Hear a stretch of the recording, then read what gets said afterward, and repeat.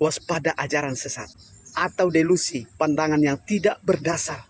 Dalam Matius 24 ayat 16 sampai 28 di situ, Tuhan Yesus terlebih dahulu menjelaskan kepada kita semua, bahkan sebelum zaman Tuhan Yesus itu pernah terjadi tentang ajaran-ajaran sesat yang menyesatkan banyak orang. Sejak abad pertama pun ada orang-orang yang mengalami delusi yang sama. Mereka merasa diri superior dan merasa memiliki kepekaan spiritual dari Tuhan. Tak jarang mereka memanipulasi umat dengan menuntut ketaatan buta, saudara. Pemujaan dan persembahan demi memperkaya diri. Mereka sangat yakin bahwa mereka diurapi Tuhan serta mengklaim diri sebagai Mesias. Nah, ini berbahaya sekali, saudara. Sebelum kedatangan Yesus yang kedua kali akan terjadi masa penindasan yang sangat dahsyat. Dijelaskan dalam Matius 24 ayat 15 sampai 21 di situ, yang juga menimpa para pengikut Kristus dalam ayat 22. Yesus mengatakan bahwa di tengah situasi yang kacau ini akan ada banyak penyesat yang mengklaim dirinya sebagai Mesias. Mereka akan menunjukkan tanda dan mujizat-mujizat yang dahsyat sehingga menarik banyak pengikut. Banyak orang yang berada dalam kondisi tidak menentu, tidak memiliki arah, dan membutuhkan pegangan.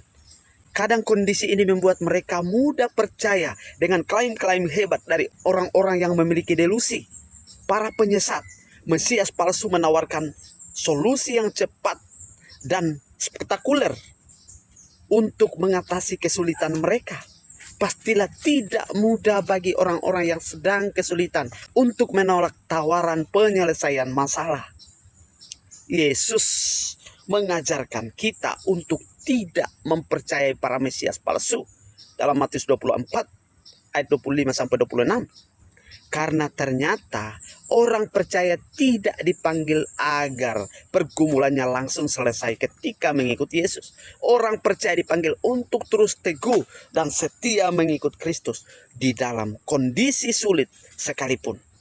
Orang-orang setia inilah yang nanti akan secara langsung menyaksikan kedatangan Yesus yang kedua kali. Kita perlu berhati-hati, saudara, ketika berada di dalam kesulitan.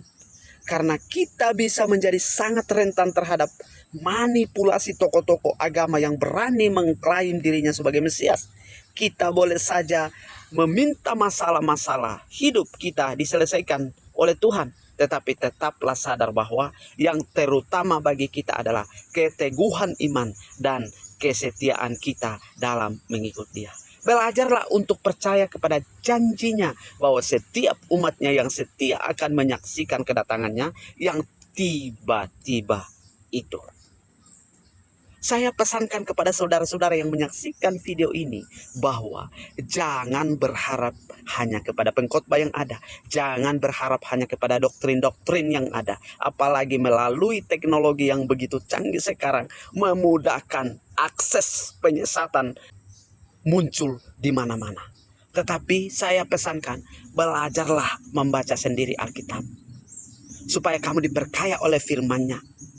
Kamu belajar sejarah Alkitab, belajar untuk mengerti firman Tuhan dan minta pimpinan Roh Kudus Allah supaya kamu bisa diberi pengertian dalam hal belajar firman Tuhan sehingga kamu tidak mudah disesatkan. Karena dasar standar untuk menjalani kehidupan ini dan melawan pengajaran-pengajaran sesat ketika kita berpegang teguh kepada ajaran yang benar berdasarkan dengan firman Tuhan. Kiranya Tuhan memberkati kita dan selamat beraktivitas, tetap berpegang teguh di dalam Yesus Kristus karena keselamatan hanya melalui Yesus Kristus. Tuhan memberkati. Shalom.